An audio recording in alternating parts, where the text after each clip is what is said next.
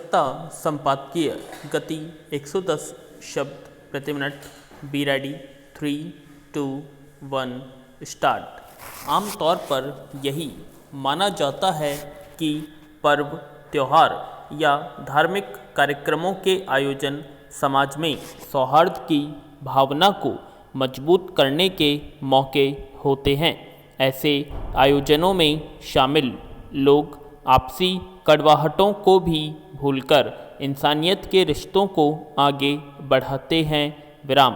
यों भी हर धर्म का मूल तत्व मानवीय मूल्यों का प्रसार करना है और यह सुनिश्चित करना हर धार्मिक आस्था से जुड़े व्यक्ति की जिम्मेदारी भी है।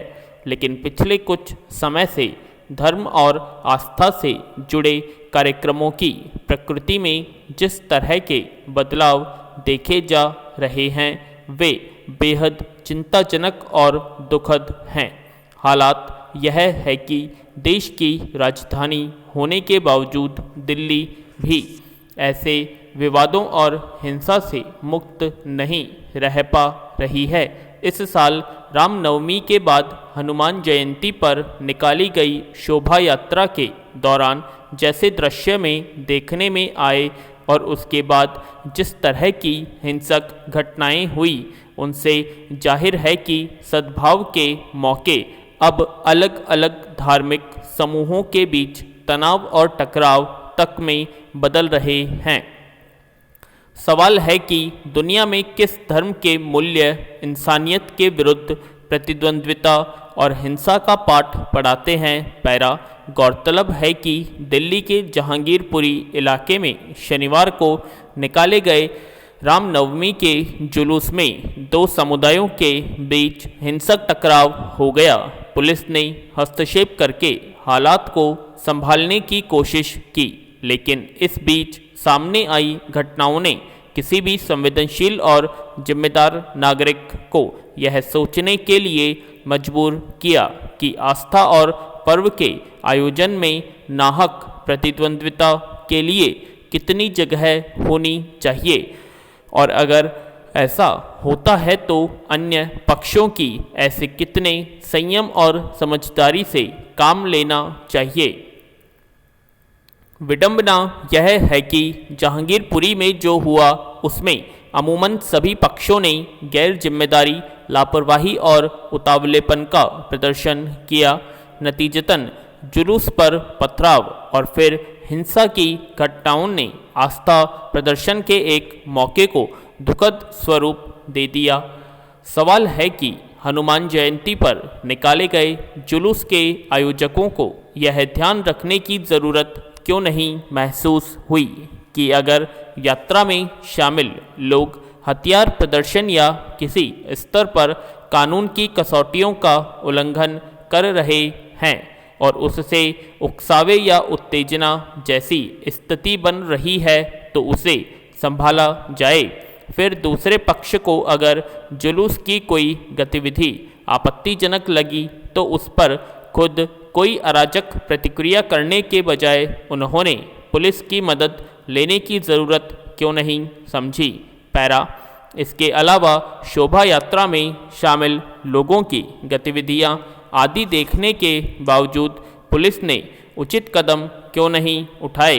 अब पुलिस की ओर से कहा गया कि उस जुलूस के लिए कोई अनुमति नहीं ली गई थी।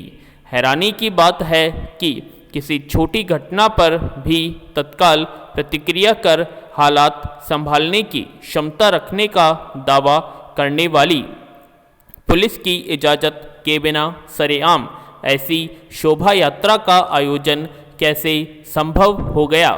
अगर ऐसा था तो पुलिस ने हिंसक माहौल पैदा होने के पहले उसे रोकने की कोशिश क्यों नहीं की। जब देश में सबसे सुरक्षित माने जाने वाले इलाके के रूप में राजधानी दिल्ली में अराजकता और हिंसा का माहौल बनाने में कुछ लोगों को कामयाबी मिल जाती है तो इसे कैसे देखा जाना चाहिए। यह ध्यान रखने की ज़रूरत है कि दिल्ली अभी 2 साल पहले हुए दंगों का दर्द नहीं भूल सकी है। धार्मिक सद्भावना और सहिष्णुता इस देश की असली ताकत और पहचान रही है। इसे नुकसान पहुंचाने की हर कोशिश को नाकाम किया जाना चाहिए। पैरा।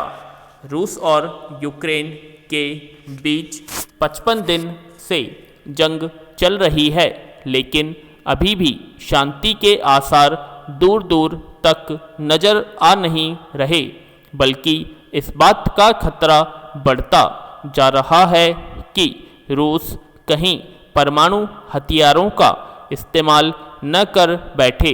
विराम। रूस के राष्ट्रपति व्लादिमीर पुतिन पहले ही परमाणु हथियारों के इस्तेमाल की धमकी दे चुके हैं। हाल में यूक्रेन के राष्ट्रपति वोलोदिमीर जेलेंस्की ने भी यह आशंका जताई है। रूस परमाणु हमला भले न करे, लेकिन खतरे की तलवार तो सिर पर लटक ही गई है। आखिर जंग में कौन किसका सगा होता है? रूस इस वक्त युद्धोन्माद में है।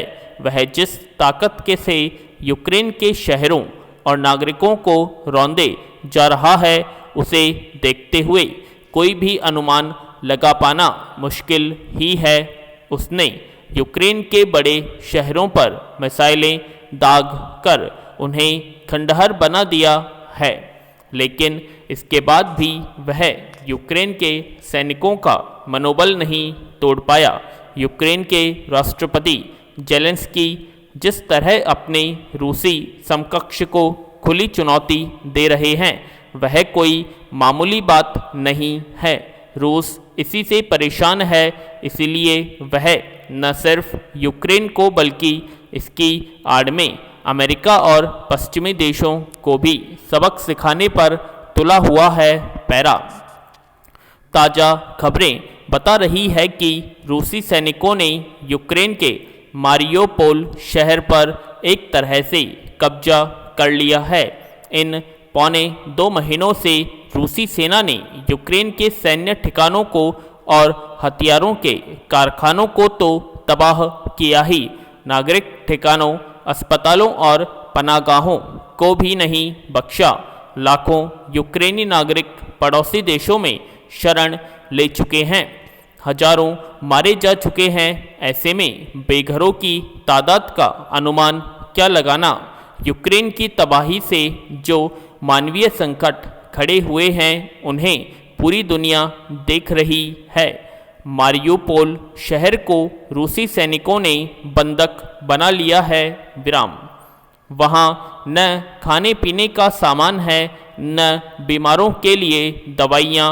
खार्किव, लवीव जैसे शहरों पर हमले बदस्तूर जारी हैं। बूचा और कीव में सामूहिक जनसंहार की बात सामने आ ही चुकी है। ये सब हालात बता रहे हैं कि रूस का कहर अभी थमने वाला नहीं है, पर महत्वपूर्ण यह भी कि रूस शायद यूक्रेन की ताकत को आंक नहीं पाया। उसे अंदाजा नहीं रहा होगा कि वह इतने दिन युद्ध के मैदान में टिक जाएगा। यूक्रेन ने रूस की सेना को हर तरह से भारी नुकसान पहुंचाकर यह संदेश तो दे ही दिया है कि भले वह लंबे समय तक युद्ध झेल ले, पर हथियार नहीं डालेगा। पैरा।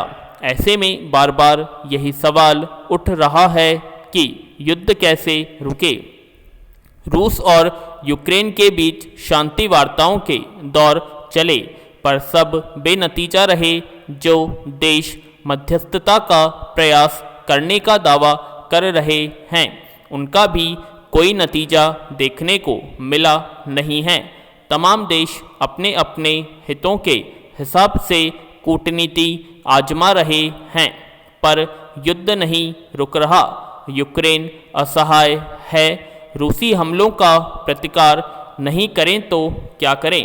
हैरानी की बात यह है कि इतिहास में अब तक जितने भी युद्ध हुए हैं, उनसे हमने कोई सबक नहीं सीखा।